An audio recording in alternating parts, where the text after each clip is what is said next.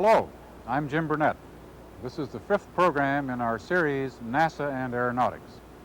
It is the summer of 1969, a summer that is best known for Neil Armstrong's legendary stroll on the moon. However, during this period, NASA is continually striving for overall improvement in the field of aviation. In this program, we watch several film clips that illustrate NASA's activities in aeronautical research, reducing the noise level on jet engines, developing planes that can travel faster, working on improving the safety of various aircraft. These are all topics which we cover in this episode. However, before focusing on these subjects, we turn our attention one more time to the X-15. In this first film, we watch as NASA terminates the work on this project. Then the second film we see examines the problem of wake turbulence and how NASA works in this area.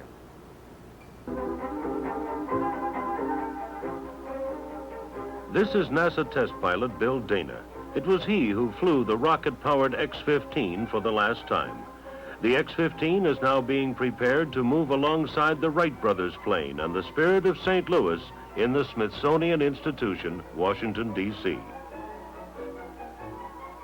For 9 years, this sleek black aircraft has made flight after flight. Many times skimming along the fringes of space. Tests that prove that man could fly at hypersonic speeds and adjust to control systems used routinely on today's manned spacecraft. 199 times the X-15 was dropped in midair. Top speed, 4,500 miles per hour. Maximum altitude, over 67 miles. The aeronautics and space data returned by the X-15 went far beyond original design limits, earning it a place in history with other pioneering aircraft.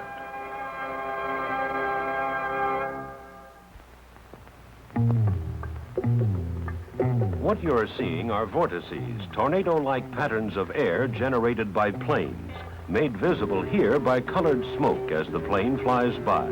They present a problem to other aircraft, especially during takeoff and landing. Wake turbulence has been recognized as a hazard for many years. The problem has become more critical recently as larger and more powerful jet planes take to the air. The danger of the swirling air masses is multiplied because they occur unexpectedly and the pilot of an airplane cannot see them. This animation shows the cylindrical masses of air as they whip around the wingtips of a plane, causing vortices. These Federal Aviation Agency wind tunnel tests further illustrate the way a vortex forms. How violent the turbulence will be depends on the plane's weight and speed. The air turbulence caused by vortices has been observed lingering on for several minutes after a plane passes by. NASA is approaching the problem first by trying to better understand the vortex phenomenon. At the Flight Research Center in California, a plane trails a larger aircraft to experience and study vortices in flight. Other engineers are looking at various wing designs and modifications in an attempt to break up the vortices before they occur. Marshall Space Flight Center researchers in Huntsville, Alabama, are trying to adapt laser technology to remotely monitor the invisible vortices in terminal areas. The laser provides a radar-like system that sweeps the sky and can see where the whirlwinds of air are located. The vortex churned up by this airplane as it flies by a smoke tower is spotted by laser and becomes a readable pattern that engineers can measure and record. The results of these various research programs are expected to provide a better understanding of vortices and make airport operations safer and more effective. Now, in this next film, we get a look at the efforts NASA has made in order to reduce the noise level of jet engines. This 4-minute clip, made in the fall of 1970, is a good indication of how much progress NASA has made in dealing with this problem.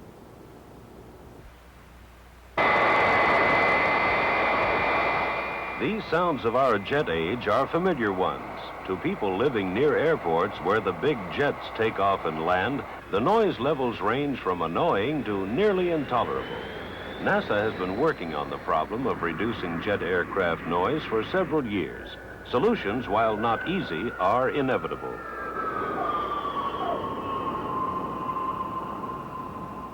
Quiet jet engine research is being conducted jointly by government industry teams. For example, the Boeing company, under contract to NASA, is looking at two separate ways to reduce noise levels. Since the high-frequency whine generated by a jet engine is the most irritating, studies have been concentrated in this area. A standard production engine being used today looks like this. Here are engines treated with 338 square feet of sound-absorbing linings. Before flight testing the acoustically treated engines, 20 microphones were strategically placed along a runway. Vans housed the recording and test equipment. Because it was important to measure the exact distances between the microphones and the plane, radar tracked and precisely located the plane's position. In addition to the scientific measurements, these people gave their subjective reactions to the noise. All the tests were carried out under predefined weather conditions, and a meteorological station located in the center of the acoustic range made continuous weather measurements. Data was also taken over water, where atmospheric conditions were more stable. For the level flyby acoustic tests, the airplane was flown at 400 feet altitude at 160 knots. Sound is measured in decibels of perceived noise. Using the acoustically treated engines, the perceived noise was reduced by over 95%. Listen to the difference as first the plane with the untreated engines flies over. Now the acoustically treated plane. As expected, this noise reduction was not made without some penalties. For instance, there is an increase in total operating cost and a reduction in distance a plane can travel without being refueled. Efforts to reduce these and other penalties are continuing through additional research and development. Another engine noise modification program carried out by Boeing for NASA was the Sonic Throat Inlet Study. This diaphragm-like device built into a jet engine regulates the flow of air. For approach and landing, the minimum flow position. When noise suppression is not needed, such as at cruising altitudes, the maximum flow is used. Now let's see how effective it is.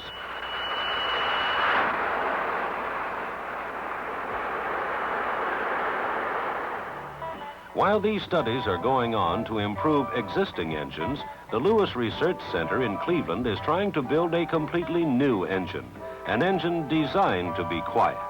Right now, they are testing various parts of jet engines to see which ones cause noise. Once they know this, a quieter engine can be built. Quieter jet engines. New designs tested in the next 2 years will make jet aircraft of the future much more tolerable. The next film is about the supercritical wing. This is a concept which NASA hopes will improve flying efficiency when a plane is traveling at high speeds. After that, we turn our attention to a film, Earth Resources Survey.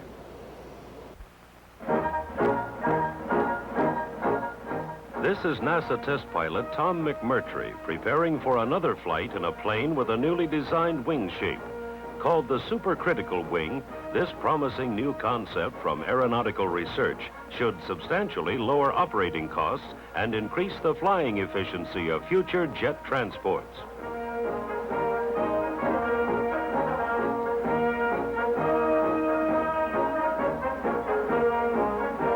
Conventional jet aircraft wings become inefficient at about 530 miles per hour when shock waves build up, increasing resistance to the air. The new design alters the flow of air over the top of the wing, allowing the aircraft to fly faster, more smoothly, and at lower operating costs.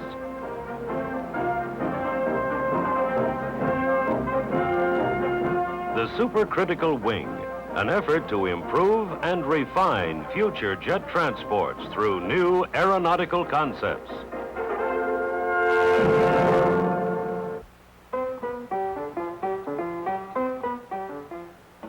These men are preparing to fly an Earth Resources Survey mission. Their target, the island of Jamaica. Recently, the United Nations Food and Agriculture Organization and the government of Jamaica asked NASA to record photographic and thermal images of the Jamaican island. NASA is presently using planes to check out sensing equipment that will one day fly on unmanned Earth Resources satellites and the manned orbiting Skylab. For the surveys of Jamaica, flights were made over the island and coastal waters at varying altitudes from 3,000 to 25,000 feet.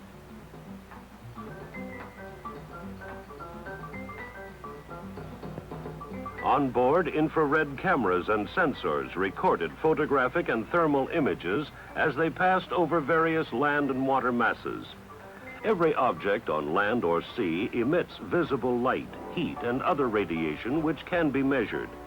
From surveys like this, much can be learned about the condition of crops, forests, mineral deposits, and water resources. Some 15 field teams moved about the island to be in position when the aircraft flew over. This correlation from above and below gives scientists what they call ground truth. Although it has an average rainfall of 200 inches yearly, much of the mountain river water never reaches Jamaica's cities. Suspected are submarine springs that carry a portion of the water offshore into the ocean. Mr. John Williams of the Jamaica Geological Survey came to the Manned Spacecraft Center, Houston, to review data resulting from the 10 flights. What we particularly wanted to do was to locate offshore discharge of groundwater. There's a very large submarine discharge of groundwater around the coast in the limestone areas, but for various reasons it's difficult to pick up. And we've seen from work in other parts of the world that it can be done by remote sensing. The other objective was to pick up water-bearing structures in the limestone. Some work was done on this from photography taken by the Apollo 9 mission, and that is where we got the idea from. Earth Resources Surveys. During the months ahead, officials from Jamaica and the United Nations will be reviewing results of the 17,000 photographs and complex sensing data. It is the autumn of 1971, and NASA's aeronautical engineers are at it again. In this first short film, they are working on the fastest plane in the world, the YF-12. The second film, produced a few months later, shows NASA again tangling with the problem of jet vortices.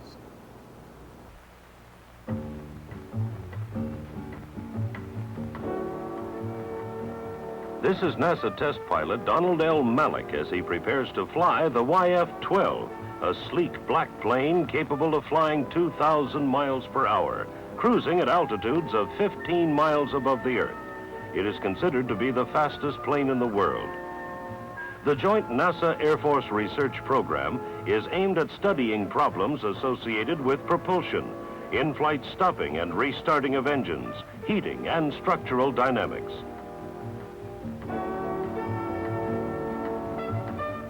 Information obtained from flights of the YF-12 will be used to further the development and operation of future civil and military aircraft and the proposed space shuttle.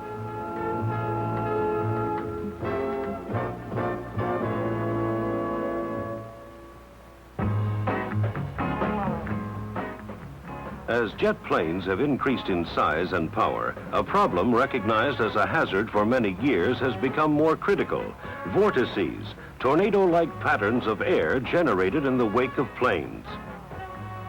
Because they are invisible, the swirling air masses are especially dangerous to lighter aircraft taking off or landing behind large jets. Recently, engineers from NASA's Langley Research Center conducted tests at the Hydronautic Ship Model Basin in Laurel, Maryland. They used a 300-foot-long tank filled with water to study the vortex problem. These tests are unusual because until now, the research had to be done on full-sized airplanes flying at low level past smoke towers. A 6-foot scale aircraft is used for the tests, as strategically placed nozzles on the model shoot dye into the water simulating air currents. Cameras record the event for future analysis. This type of research very closely duplicates the vortex problem, allowing engineers to make many measurements under controlled conditions and do it inexpensively. In the next film, NASA is concerned with the issue of runway safety. Various tests are made in hope of preventing skidding accidents caused by bad weather conditions. After that, the second film gives us a further look at NASA's progress on the supercritical wing.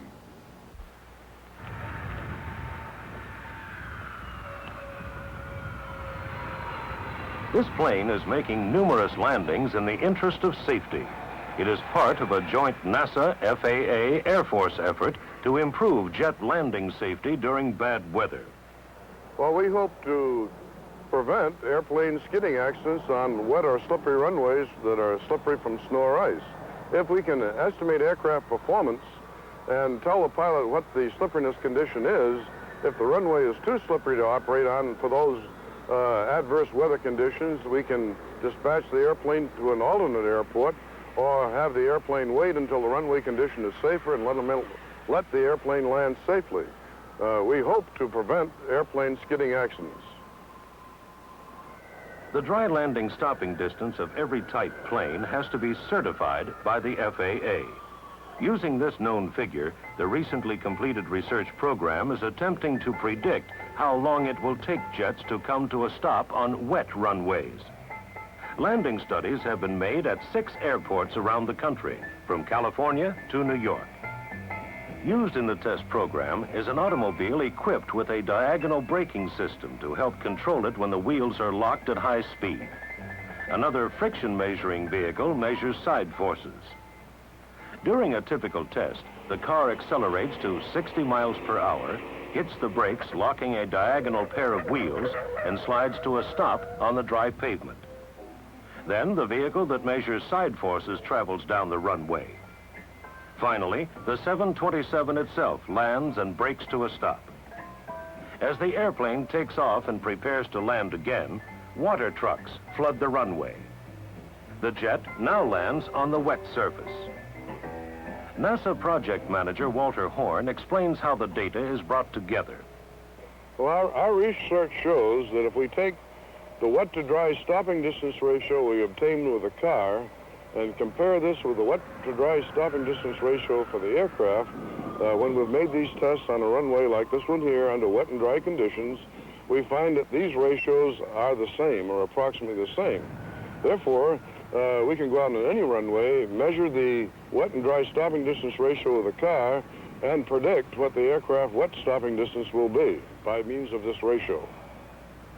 Airport runway studies, aviation safety on the ground.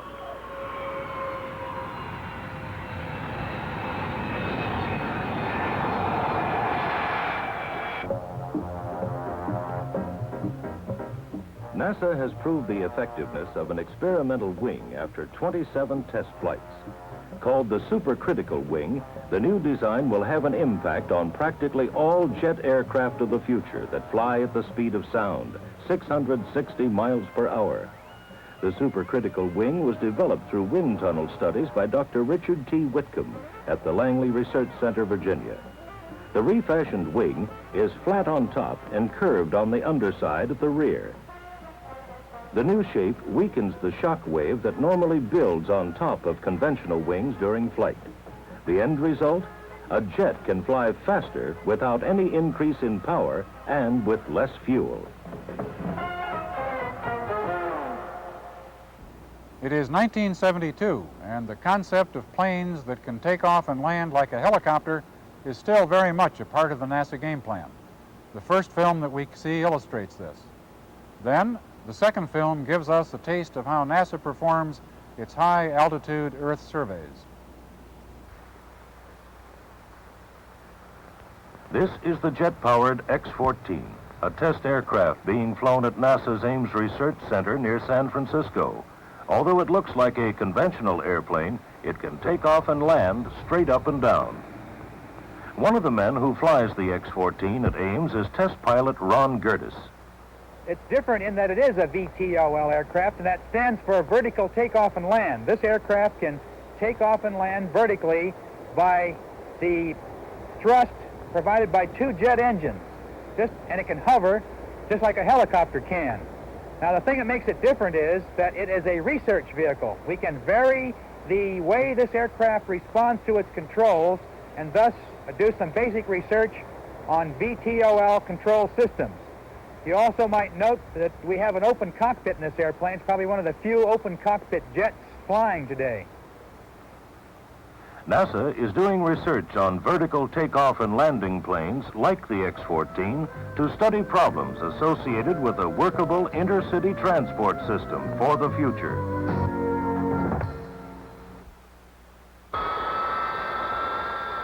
Nearly every day, high-altitude Earth Resources survey planes fly picture-taking missions from NASA's Ames Research Center in California.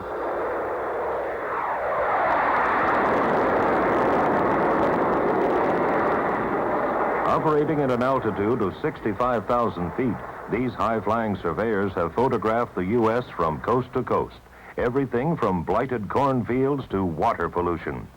Their sensitive cameras are proving useful in detecting a broad range of agricultural and environmental problems. For a typical mission, cameras and film are loaded into the underside of the plane the day before the flight.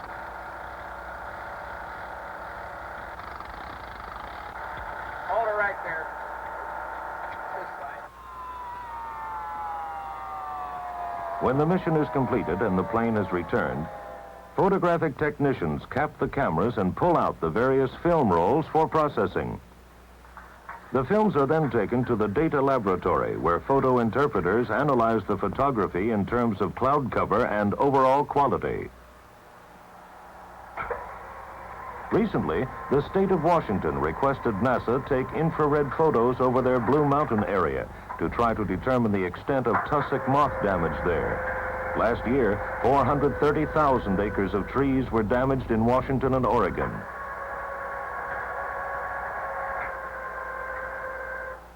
So devastating is the insect that the trees they attach themselves to usually die.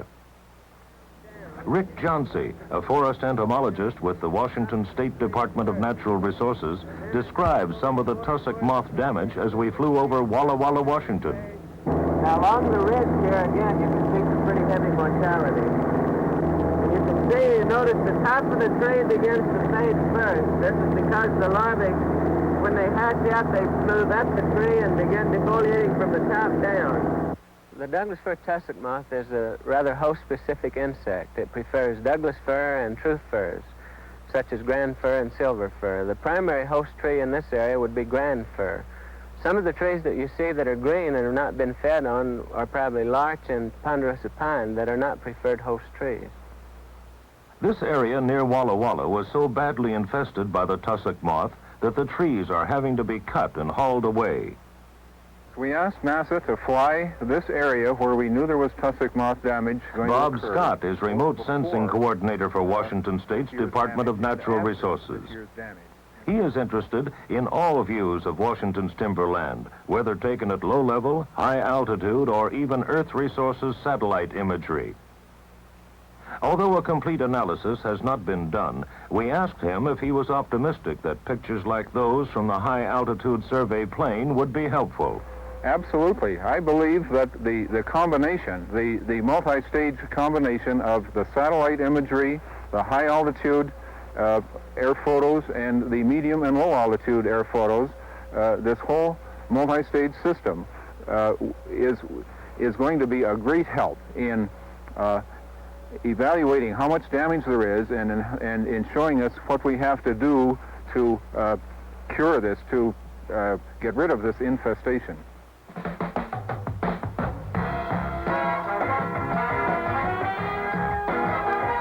High-altitude surveys, a look at our Earth's resources from a different angle.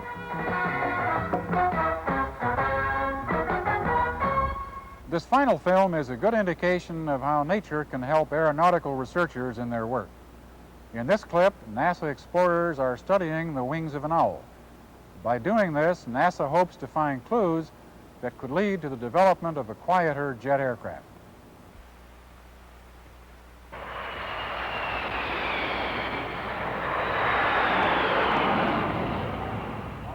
These jets, landing at a large metropolitan airport, may one day do so a lot quieter because of this small creature, an owl. When we examined the wing of an owl, we found that there was a serrated or a fine comb of feathers on the leading edge which pointed forward into the flow. And this comb or serration of feathers was the thing that we copied out of metal to form a rake which we placed on the leading edge of a rotor blade. And by simply copying this serrated feather, we found that we could indeed reduce the noise of a small rotor model, even though at that time we didn't understand how it worked. That started a series of research projects to uncover the aerodynamic and the acoustic effects of serrations on reducing noise. Paul Soderman is an engineer with the Army Air Mobility R&D Lab at NASA's Ames Research Center in California. If it turns out that the serration does reduce the noise of fan noise of jet engines, it would mean that the approach noise of aircraft approaching airports would be reduced, and it would mean less of a whine that people would hear as aircraft approach airports. Helicopters present a different kind of noise problem, especially as the helicopter blade slaps the air. Saw-toothed rotor blades appear to be a promising way of reducing this noise also. Many future tests will take place in this 30 by 20 foot soundproof room. Walls, ceiling, and floor are covered by foam wedges. And these wedges absorb the sound such that there are no reflected sound waves from the walls, and we can make acoustic measurements in the room without worrying about contamination from reflected noise. It's the same as going on into free space and measuring noise, but now we can do it in a laboratory condition. From the wings of owls may come the ability to make tomorrow's airport a quieter place. It would seem that we can now safely conclude that NASA was advancing steadily in their aeronautical technology. Their research paved the way for quieter, faster, and safer jet aircraft in the future.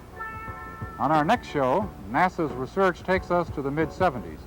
We take a look at some different areas of aviation.